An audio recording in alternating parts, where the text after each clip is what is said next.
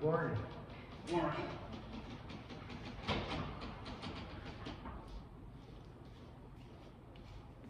Hey, it's better not to say good morning, isn't it? It's better just to keep to yourself and not say anything. Yeah.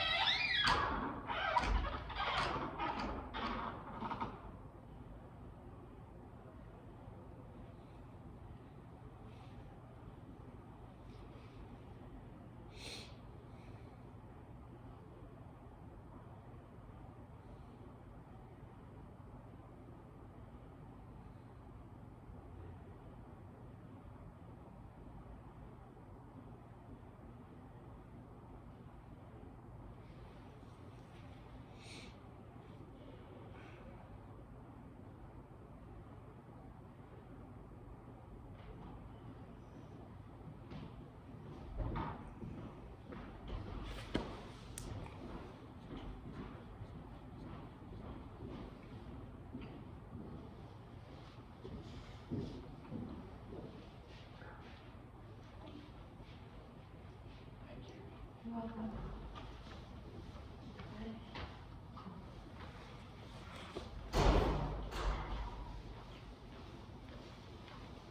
right.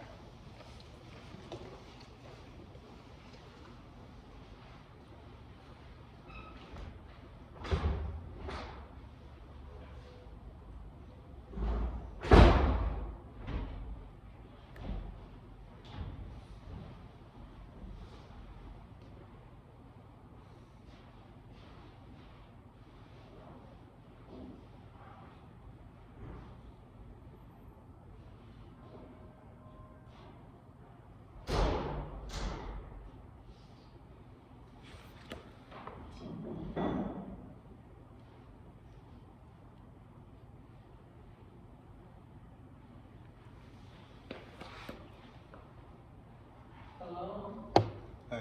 how are you? Good.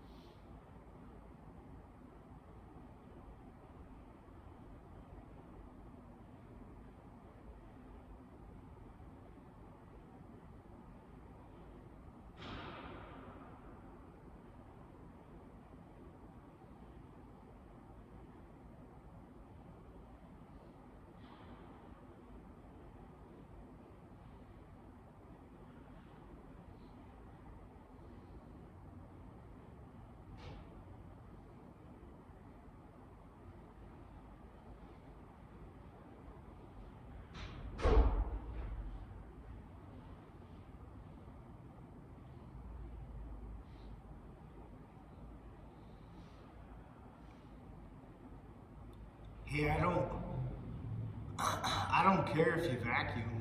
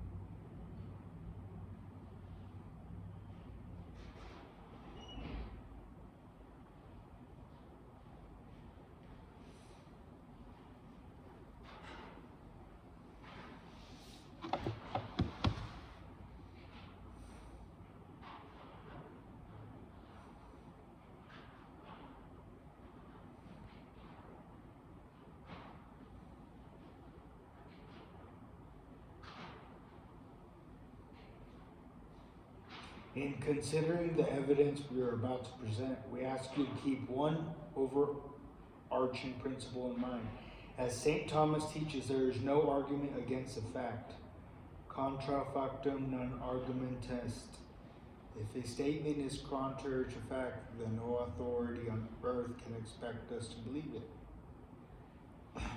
Thus, for example, if a high-ranking prelate in the Vatican were to issue a decree that Catholics must believe that the Eiffel Tower is located in St. Peter's Square, that would not make it so, and we would be obliged to reject the decree for the fact that the Eiffel Tower is located in Paris, and there's no argument against that fact. Therefore, no man, no matter what his authority, can deny that we believe something that is manifestly contrary to fact. As you shall see, however, the crime involving Fatima is largely intended by certain men who enjoy high offices in the church to impose upon Catholics. Understanding of the message of Fatima is plainly contrary to fact, as for example, the claim by these men that a consecration of Russia to the Immaculate Heart of Mary can be accomplished by concentrating the world, while deliberately avoiding any mention of Russia. As the Church itself teaches, Vatican I and John Paul II's encyclical Fides et Ratio, the faith does not conflict with reason. Catholics are not expected to suspend their use of their reason, their common sense, in order to be Catholics. That would not be faith, but blindness, the blindness of the Pharisees.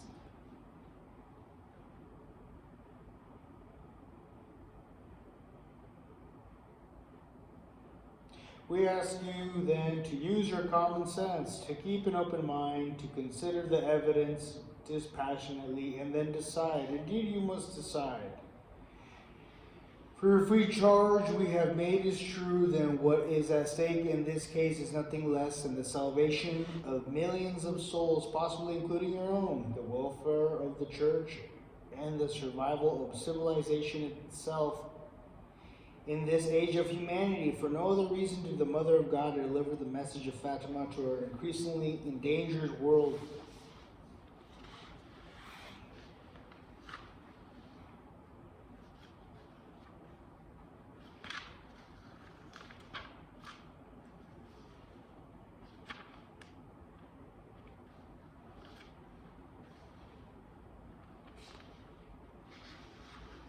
Two, three. 4, 5, 6, 7.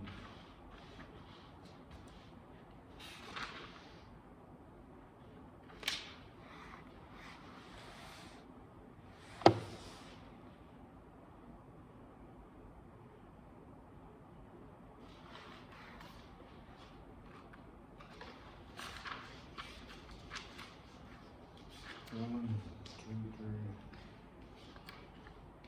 4, 5, 6. This is 7.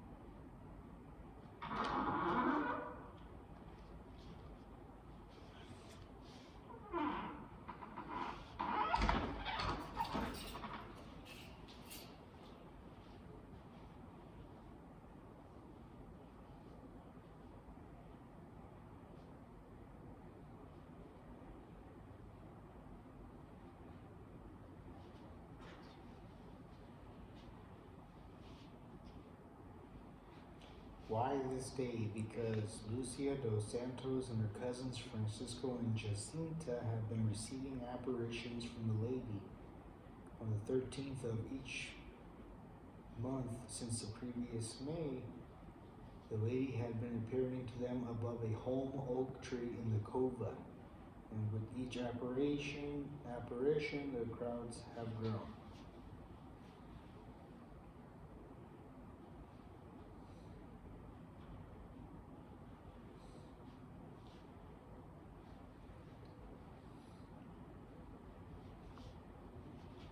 I'm barely on page 7. This is a pretty good book, though. I've been reading for almost half an hour, and I'm only on page 7.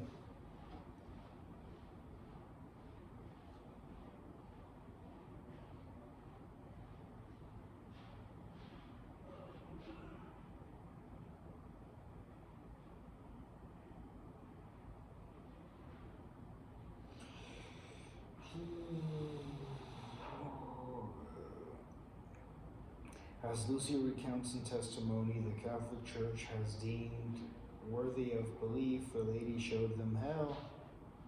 She opened her hands once more, as she had done during the 2 previous months. The rays of light seemed to penetrate the earth, and we saw it as it were a sea of fire. Plunged in this fire were demons and souls of the damned in human form, like transparent burning embers, all blackened and burnished bronze, floating about in the conflagration, now raised into the air by the flames that issue from within themselves, together with great clouds of smoke, now falling back on every side like sparks and huge fires, without weight or equilibrium, amid shrieks and groans of pain and despair, which horrified us and made us tremble with fear. It must have been this sight which caused me to cry out, as people say they heard me.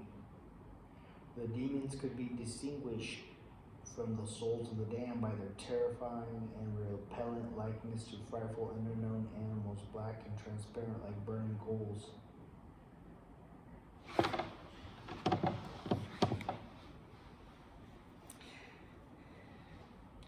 This vision lasted but an instant. How can we ever be grateful enough to our own kind Heavenly Mother, who had already prepared us by promising in the first apparition to take us to heaven? Otherwise, I think we would have died of fear and terror.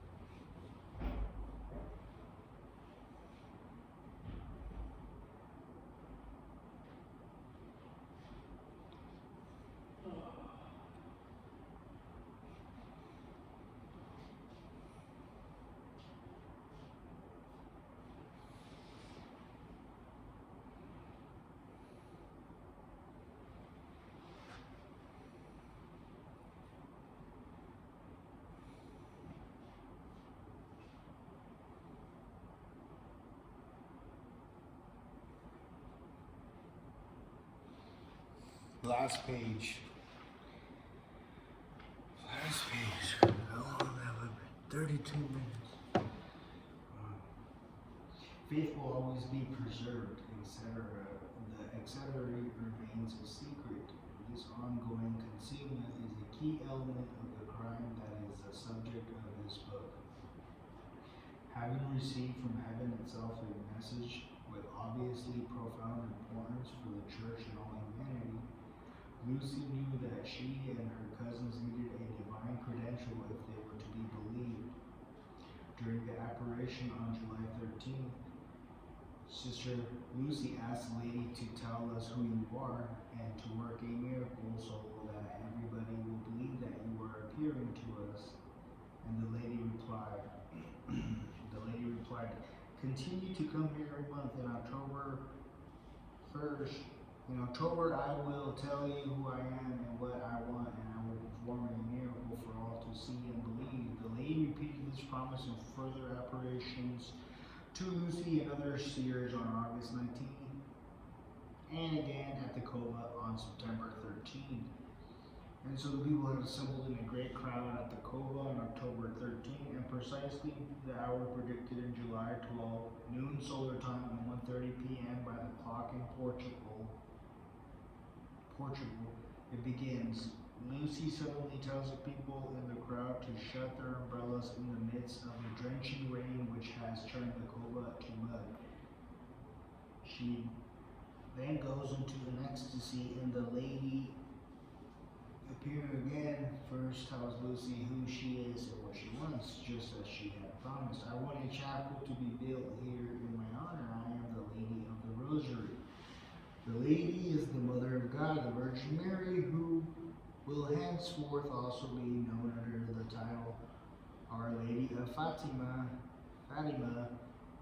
one of many bestowed upon the Blessed Virgin by the Church. The chapel, of course, was built and then rebuilt after being blown up on March 16, 1922 by a bomb placed there by the Friends of a Tinsmith, a nickname for the Masonic mayor of Ora.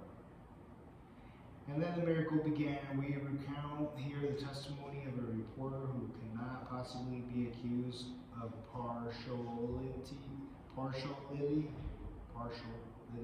in this matter, and for a good reason. We refer to Avelino de Almeida, the chief editor of O Seculo, the large liberal, anti-clerical, and Masonic daily newspaper of Lisbon. He writes, from the road where the carriages were crowded together and where hundreds of persons had stayed for want of sufficient courage to advance across the muddy ground, we saw the huge crowd turn towards the sun, which appeared at its zenith, clear of the clouds. It resembled a disk of silver.